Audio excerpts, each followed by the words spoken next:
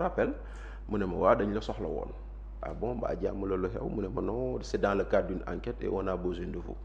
Kañ nga vous avez besoin de moi quand mu ne ma bon on a besoin de vous demain à 10h ma ne ko ah bon comme fu mu toll nii il est presque 18h est-ce que doo ma yónnee en convocation bi par WhatsApp. Il me dit bon ñun dañ ñoo tere léegi yónnee ay convocation par WhatsApp ma ne ko ah sëñ bi boo ma yónneewul convocation de du ma la wuy si voilà mu ne ma ne ko non si je reçois pas de convocation je viens pas. Donc une convocation doit être écrite et notifiée. Tout à fait. Déchargée donc loolu droit citoyen la quoi. Du jaay doole du jaay guerrier du dara. Mais Absolument. voilà donc il me dit d'accord je vous reviens 2 ou 3 minutes après mu woowaat ma mu ne ma adjudant diw dina la woo pour xool fu mu lay fekk jébal la convocation bi. L'adjudant m'a appelé pour me dire que jox naa sa convocation benn agent foo nekk ma ne ko maa ngi jógee zone de captage maa ngi dem Yoff non Ouest Foire mu ne ma non fan si Ouest Foire ma ne ko non pour faire simple ñëwal ba ci Brioche Dorée bi nga woo ma ñëw jël si foofu convocation. Et puis c'est comme ça que le gars est arrivé vers presque 19-20 heures comme ça mu jox ma convocation bi et puis je suis allé répondre le lendemain. Maintenant avant d'arriver le lendemain bu ma xëyee j'ai vu que les médias ont dit Bachir Fofana et Adama Gaye font l'objet d'une plainte du président de l'Assemblée nationale. Une plainte. waaw loolu lañ gis bon j'arrive à la division cybersécurité. Le lieutenant enquêteur me dit monsieur Fofana vous avez été convoqué parce que le procureur s'est autosaisi. D'accord. ma ne ko ah man de dama bëggoon comprendre parce que j'ai vu les médias dire que c'est une plainte. yow nga ne ma autosaisine la mu ne ma les médias racontent des histoires. Ah oui. waaw comme ça. Les médias racontent des histoires si vous êtes là c'est parce que le procureur s'est autosaisi. D'accord. ma ne ko ah yaa ngi may auditionné bu ngoonee da nga may garde à vue. Ah yow noo xamee woon ni dañ lay garde à vue. Mais Anna quand le procureur se permet de s'autosaisir sur une déclaration. bu dee du dëgg tu fais un démenti loolu mooy yow doo ñibbi. da ngay xam comment marchent les choses. Donc j'ai compris mu ne ma non bul wax loolu ma ne ko non garaawul amul problème donc ñu ñëw mu def interrogatoire bi jusqu'à la fin mu bind PV bi on a corrigé recorrigé corrigé 3 fois 4 fois. ba parce que PV bi dañ koy bind jox la nga lire. Effectivement. waaw yaa wax lii ñuy corriger ba stabiliser ko mu jox ma signé. J'ai signé mu ne ma demal toog je vais envoyer au procureur rester attendez ma toog di xaar mu ñëw mu ne ma monsieur le procureur a demandé que je vous notifie une garde à vue. fekk na xam nga ko bu yàgg. fekk xam naa ko bu yàgg. ndax fekk wax nañ ma ko bu yàgg. voilà amuloo surprise. non même pas. D'accord. Je rigolais après bon am na moom lu mu wax loo xam ne je vais pas le répéter ici mais bon garaawul quoi comme on dit après voilà loolu jàll bon. ñu ne ma bon xam nga cybersécurité ñoom ils sont au 5e si seen immeuble. dañ lay wàccee si suuf si seen espèce su cave foofu noonu. ñu toog foofu noonu après bon policiers yi ñëw et cetera ne ma ah bon yow moom dañ lay yóbbu commissariat plateau. D'accord. Donc ñu yóbbu ma commissariat plateau. Ok. Donc je suis allé dormir là-bas. foofu nga fanaan guddi gi. jour guddi googu noonu. bon D'accord. ana man comme man moom xam nga damaa dal xel nii loolu. alors bi nga demee commissariat plateau ñi nga fa fekk ay alkaati gendarme policier. Non c'est des policiers. C'est des policiers. waaw.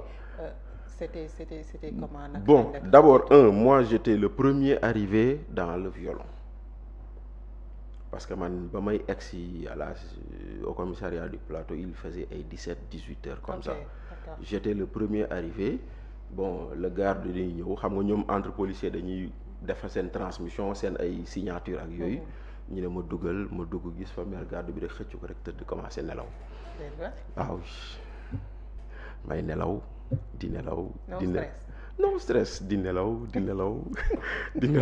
ba lan ba ay 19h30 comme ça et puis bon voilà l'agent est venu me réveiller mu ne ma am na ñu lay seet parce que bon les gens commençaient à venir me voir. D'accord. Voilà ma famille commençait à venir me voir ñeneen ak ñeneen donc après bo gars yi di ma seet ba presque ay minuit yooyu après bon mu ñëw mu ne mais yow man vous êtes bizarre ma ne ko c'est quoi mu ne ma yow da ngay egsi fii rek dugg sa kii rek tëdd nelaw mu ne ma diw bu ma leen seetaanee ci télé bi damay reetaan ndaxte ba ñu leen dugalee fii dañ doon jooy te man chaque jour ma gis leen ndeysaan mais je vais pas te donner leur nom quand même je vais pas.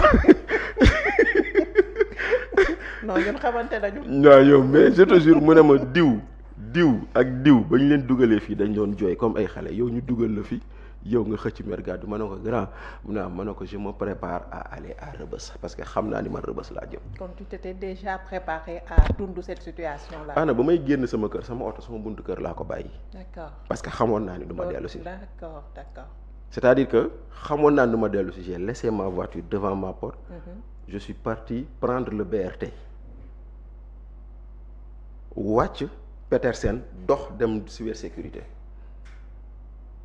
kon xamoon naa li may xaar. D'accord. Voilà donc bon nga fanaan yeewu après dans la nuit bon ils ont amené d'autres personnes yu jóge dans d'autres commissariats par exemple ñu jóge DIC ñu ñëw guddi gi bon voilà après xam nga li ñuy wax des compagnons d'infortune bu ngeen bokkee voyager ngeen ànd ci coono.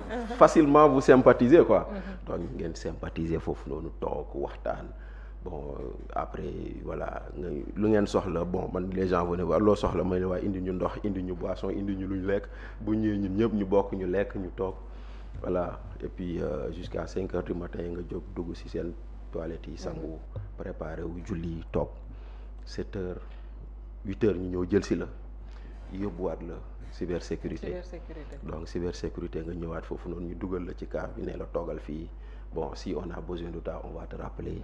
Mais nga yenduwaat foofu noonu dara pendant toute la journée ngoon nga delluwaat commissariat fanaan foofu noonu et puis le lendemain muy vendredi nga ñëwaat cybersécurité ñu indi le PV à signer pour te notifier la fin de la garde à vue. D'accord kon 2 jours 48 heures. 48 heures la sa garde à vue. Voilà 48 heures léegi nag maintenant c'est au moment où moi je signais le PV de fin de garde à vue.